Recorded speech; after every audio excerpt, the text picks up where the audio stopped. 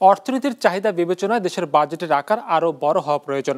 আর তা নিশ্চিত করতে রাজস্ব আদায় বাড়ানোর বিকল্প নেই বলে মনে করে বেসরকারি গবেষণা সংস্থা পলিসি এক্সচেঞ্জ অব বাংলাদেশ। সংস্থাটির মতে আয় বাড়াতে কর অব্যাহতির সুবিধা কাটছাঁট করতে হবে সরকারকে। সোমবার রাজধানীতে আসছে 2024-25 অর্থ বছরকে সামনে রেখে এক প্রাক বাজেট আলোচনায় এসব প্রস্তাব তুলে ধরে সংস্থাটি। ওয়ালটন ফ্রিজ কিনে অনেকের মতো আপনিও হয়ে যেতে পারেন মিলেনিয়াল। সেরা পণ্যের সেরা অফার। আসছে 2024-25 অর্থ বছরের বাজেট হতে পারে 7,96,000 কোটি টাকার, যা চলতি অর্থ বছর থেকে 35,000 কোটি টাকার মতো বেশি।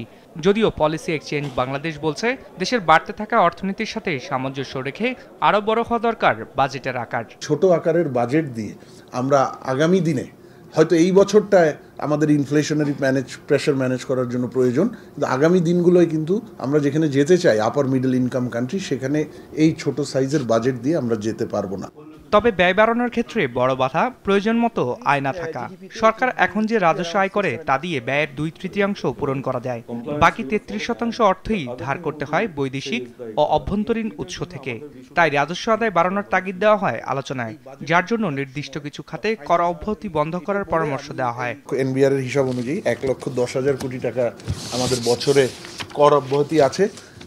কর অব্যাহতি যেমন digital economy sector, ICT sector overall, তার জন্য হয়তো আরও কিছুদিন আমাদের চালাতে হবে, কারণ সেক্টরটা রিলেটিভলি নিউ আমাদের দেশে।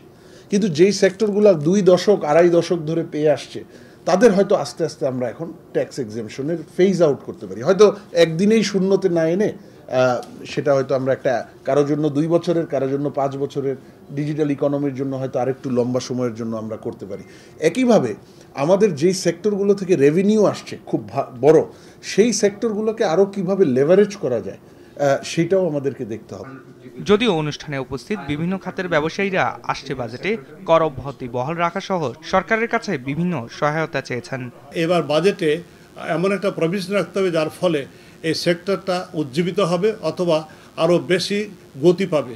ফলে সুবিধা হবে এই যে আপনার ডেঞ্জারাস সিচুয়েশনটা তৈরি হচ্ছে পরিবেশের, এই পরিবেশকে মোকাবিলা করার জন্য আমরা প্রস্তুত থাকব। আইটি অ্যানুয়াল সার্ভিসের ট্যাক্স এক্সামশনের অ্যাটলিস্ট 2031 সাল পর্যন্ত এটাকে বাড়ানো হোক minimum, but there should be road map যে 31-এর পরে কী হবে, এটা কি স্ল্যাব বাই স্ল্যাব বাড়বে আর কী হবে। এটা 2 নম্বর, যদি ডিএফএস এর কথা বলি, taxes on equipments like cars, pods or anything related to that should be reduced substantially, otherwise এটাকে দাঁড়া করানো খুব কঠিন হবে। We pay 10% taxes on the subsidy that we receive.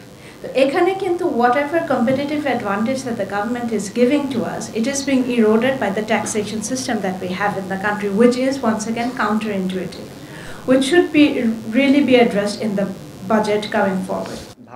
অনুষ্ঠানে বিভিন্ন খাতে উৎস কর কমানোর তাগিদ দিয়েছেন আলোচকরা। রায়হান সোহন, বিজনেস রিপোর্ট, মাছরাঙা টেলিভিশন।